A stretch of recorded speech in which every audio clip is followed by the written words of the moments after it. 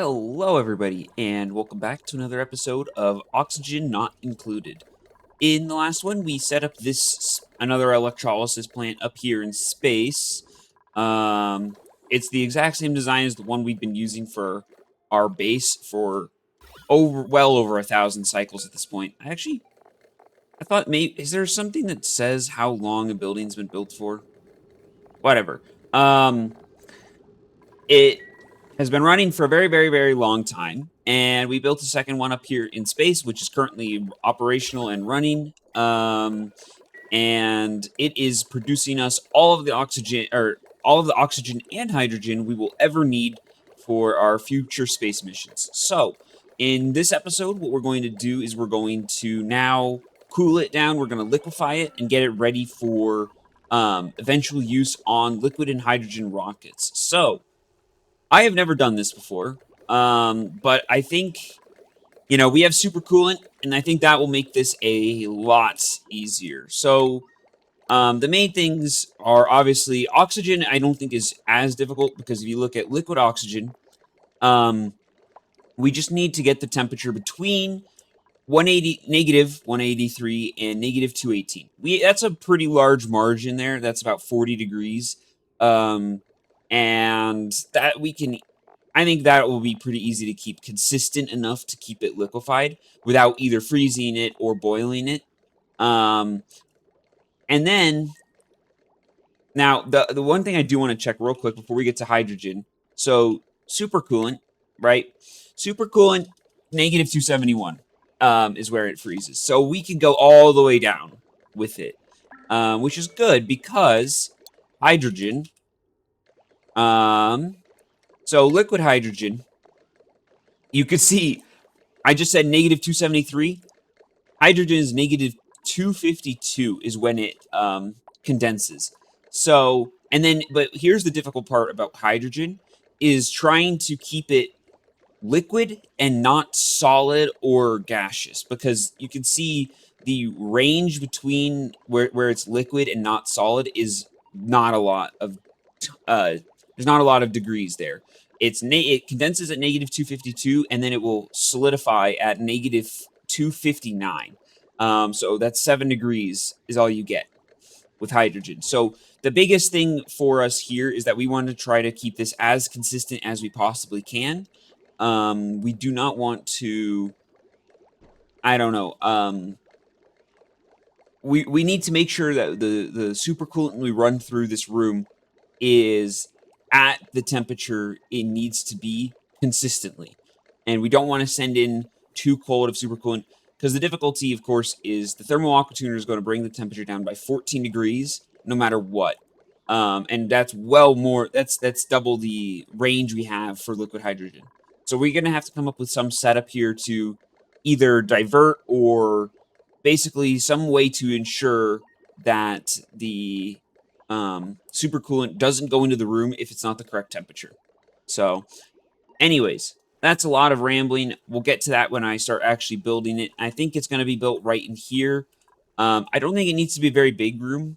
I'm just going to pump the gas in. We're going to have condenser pipes with the supercoolant in it, and we'll solidify it, and then we'll have a liquid pump to extract out um, the liquid hydrogen and oxygen. And then we'll either flow limit the pipes out to 1 kg so that it doesn't state change in the pipes when we go to deliver it to the rockets, or we'll use, well, I don't think I have Insulite yet, but that would be what we would have to use, I think, because even this slight amount of possible temperature change from just going through the ceramic pipes even would probably cause it to burst in the pipes. At least the hydrogen. The oxygen I probably could get away with just using ceramic pipes at 10 kgs. So yeah, let's get building this thing. Okay, so I was starting to build it in the actual save, and I realized that I did not trust myself enough to build something that'll actually work. So here I am on my test map. Looks like it's melting a little bit. Anyways, I'm just going to try and build a pretty simple one. basically, I'm going to try to build the hydrogen side of the chamber because that's the one that I'm most concerned about. Since it's the one with the very small temperature range that we'll have to cool it down. Um, basically, my plan was, and I'm going to use materials that I have, so I'm not going to use like thermium or anything like that. Um, so my basic plan was like have a base plate of like aluminum or something like that. We'll chill it down, and this will be hopefully as close to the proper temperature as we need. And so that way, and there's a little bit more thermal mass here. Um, wow, aluminum doesn't have very good specific heat capacity. Honestly, maybe I should try to find something with a good specific heat capacity. I could maybe do some diamond window. Anyways, point being, chill this to the proper temperature and then hope it doesn't fluctuate too much. And then everything above will be chilled properly.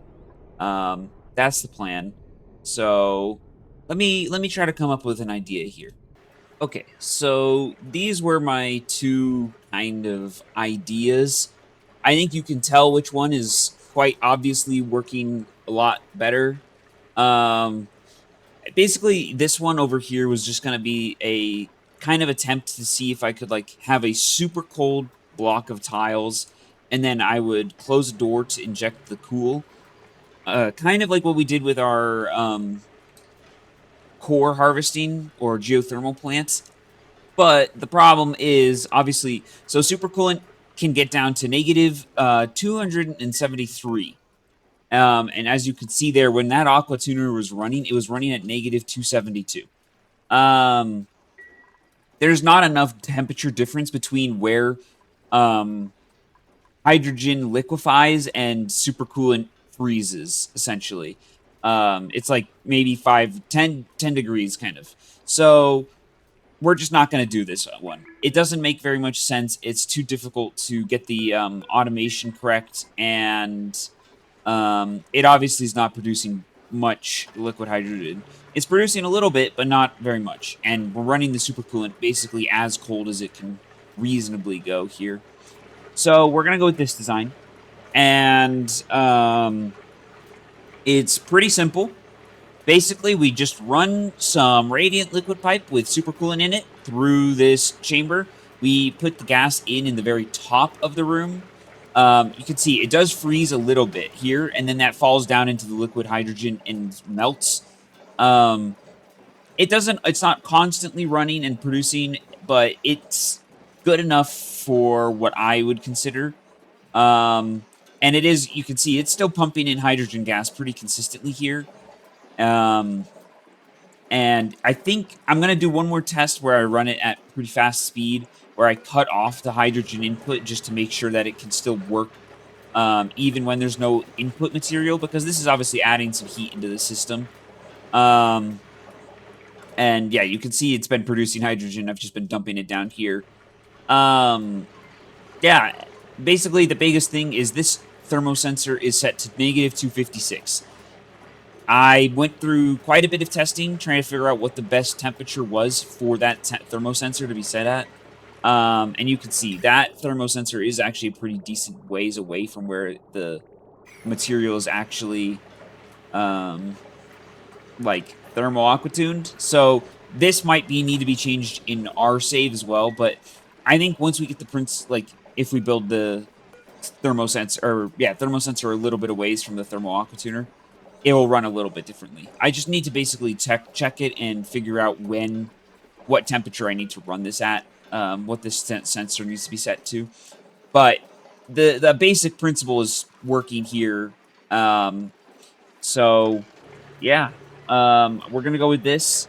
It has been working well enough, and I'm pretty happy with it. These metal tiles down at the bottom definitely help with keeping the temperature consistent. So yeah. And then obviously we just have a thermo aquatuner and a steam turbine heat deletion system over here. And we're just using conduction panels on the back to keep the steam turbine cool, and we're using the same loop. I think we're gonna actually use the oxygen loop to cool this, which I think I should test that too, because this is producing just a tiny bit more heat that we're adding into the supercoolant. You can see it's coming in at negative 257 and it's leaving at negative 256. It's a minor amount of temperature change on that supercoolant, but you never know. That little tiny bit there might be enough to cause it to cause the system to break. And I do want to run this on the oxygen loop because we have way more leeway with the oxygen than we do with the hydrogen. So it's working. We're probably just gonna build this. I am gonna really quick. Let me do this, and then we're just going to turn on super speed, and I just want to see if it if any of these tiles end up freezing or anything along those lines. You can see the aqua tutor turned off once the supercoolant got cold enough, and it's probably just gonna sit there until the steam turbine turns off. All right, I'm gonna run this for a little bit longer, but pretty sure we're gonna build this. So back to our main save. All right, so here's the design. Um, Pretty much what I showed you in the test map. I just copied it for the oxygen, but the oxygen doesn't have the same tolerances or anything, so it should just run pretty much perfectly fine. Um, we're just gonna run it at a temperature that produces liquid oxygen, and then you can see that is the loop that actually goes and cools the steam turbine instead of the liquid hydrogen. Um, this is the hydrogen loop. I try to keep it very tight, and so that we minimize the amount of loss that we get running through the insulated piping. Yeah, we're just about ready. I'm gonna fill both of these with supercoolant now, and pretty soon here we'll be able to plug in our hydrogen and oxygen. I just need to connect these pipes, and it'll fill these rooms. So let me put on some supercoolant, and we can get ready to turn this on. I just put a little bit of water in here. 80 kgs of tile. And yeah, let's get ready. So here comes some supercoolant, and we're starting to do a little bit of chilling. It's gonna take a little while for it to get down to the proper temperature and to fill all the loops. The hydrogen loop might finish right here. I just need enough to fill, we could have one blob in the liquid tank and that'd be enough. Okay, it looks like it's done. I'm gonna wait for this bottle to empty and then I'll turn off the thing. No more for the hydrogen. So this one is now fully cooling. It should get pretty cold in here pretty quick. And oxygen, we're still filling it up after the autosave. Always manage to get unlucky with that. Getting there. Turning on and off kind of strangely because of obviously the fact that it's filling. I never actually checked if one steam turbine is enough to handle 2 thermo aqua tuners. I'm sure it's fine. Both of these are built out of steel. How bad could it possibly be? Oops. If needed, I can always expand this out a little bit and add another steam turbine right here. I just would really prefer not to, Okay, this is probably enough for the oxygen loop, maybe? We'll see. Basically, once this matches up with that at the end, then we should be good. Which, nope, we need one more bottle for the oh, wait. Nope, we're good on the oxygen loop. All right, so both of these are now cooling. It is getting... We'll see. I might need another steam turbine, and I didn't think about it.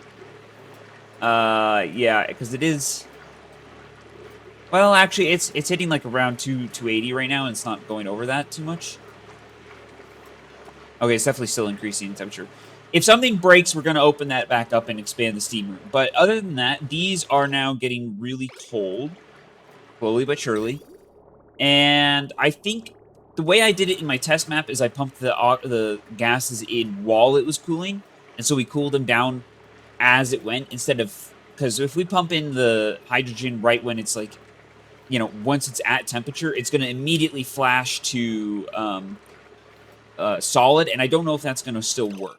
So what we're going to do is we're going to start this up now by pumping in the gases.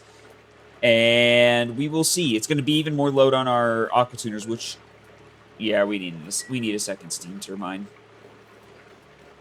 At least, well, it's in the startup phase. Maybe we'll get away with it. Maybe. Probably not. Yeah. I'm gonna watch this. I'm gonna let it start up, and yeah, it's overheating. Oh my gosh. I should have thought about the fact that I am running 2 thermal aqua tuners at maximum capacity for a little while. All right. Well, let me figure out how to fix that, and we'll keep waiting for this to cool down a little bit. All right. Let's try that one more time. Now that we have 2 steam turbines in place, that should be enough cooling, hopefully. And we restart all this. So, yep. We just now have to wait for the temperature to get cold enough for the gases to start condensing. So our hydrogen is currently negative 130. We still have about, over 100 degrees to go. And then our oxygen is negative 42. I think I set oxygen to negative 193. Yeah.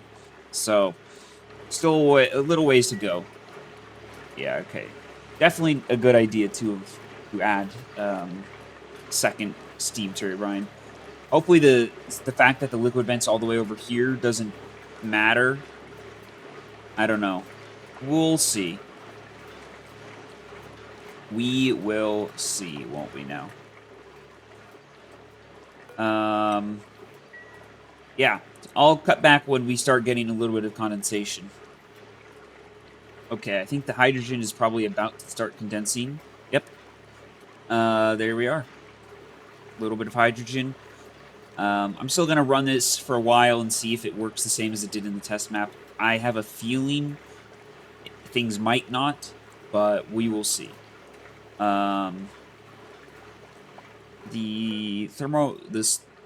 This aqua tuner might end up turning off here somewhat soon, but now that we're pumping more hydrogen in, we'll see. It is condensing though, so that's good. It's something. It's kind of it's also evaporating though. You can see the liquid hydrogen there at the bottom. It's kind of fluctuating up and down. It's definitely not consistent in the slightest yet. We will have to. I think there's just a little bit of a startup period, kind of, where it takes a little bit. Oh, that one turned off. We will see. If I need it to be colder in here, then I can turn this down a little bit more. I'm not exactly sure.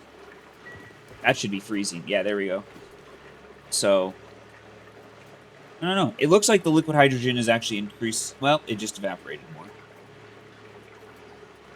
I don't know. I'm going to let it run for a little while.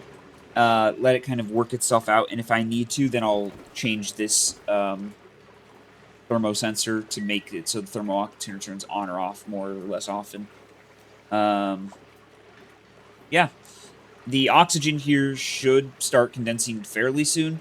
It just takes... The oxygen loop is taking a lot longer to cool down because obviously it's cooling down 2 entire steam turbines that are running at maximum capacity. So it's taking a little bit longer. It's still getting there because it's super coolant, but yeah.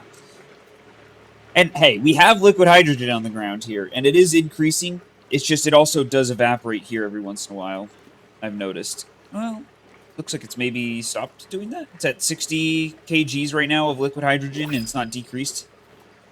That's what it's supposed to do. It's supposed to sit like that. And then this solid hydrogen should melt here eventually. We'll see. It might honestly be working better because of how close the hydrogen loop is to the thermal aqua tuner, so we might have to lower this temperature a little bit too if we build up some solid hydrogen here at the bottom. We'll see. I'm gonna have to keep watching it and figure out what the good what good temperatures and sensors are. But we're producing liquid hydrogen, so there we go. Yeah, let me wait for it to run for a little while longer. And there's the first bits of liquid oxygen that we are now producing. This, I imagine, will produce a lot nicer than the hydrogen is, which it is producing and it is increasing. And where I haven't had any more problems with it evaporating off. It seems like negative 256 really is pretty much like a perfect spot. We do get some solid hydrogen here on the ground, but it ends up, it's very small amounts. You can see this is 14 grams. It melts pretty quick. At least it has been. We'll see if it continues. Um, and then, yeah, liquid oxygen is just going to be fine. No worries over here. Um, so, yeah, we have our, we're producing quite nicely. Um, and yeah, if you're curious, by the way, about if you want me to go into more details about how any of these designs or anything work, let me know in the comments, and I could probably make like a shorter episode. By no means is this like perfect, and I know there are other designs out there that are better, but this is what I came up with off the top of my head. And there's small little things like the fact that these are double insulated is important. For some reason, I don't know why this game does it, but gases can still transfer a little bit of heat to insulated tiles. They don't transfer between each other, but the gas transfers to the tile. And so you don't want to have two very different temperatures right next door if there's gases involved. Solids, it's all right. I think liquids might also cool a little bit. I don't really remember. But yeah. Um, liquid hydrogen, liquid oxygen are, I'm going to say, done. We are ready to go and start getting ready for building our first hydrogen rockets now. Um, I'm super excited. And yeah, it should be a lot nicer than the petroleum rockets. I think it still is going to be two liquid fuel and then one liquid oxygen tank. I think that's what the like best ratio is, at least to get what we want more range than a petroleum rocket, preferably. So that's what we're gonna do. Yeah. So thanks everybody for watching. I think this is the end of the episode. We have our liquid oxygen, liquid hydrogen, and we're ready to start building some better rockets. Yeah. Thanks everybody for watching, and I will see you all in the next video.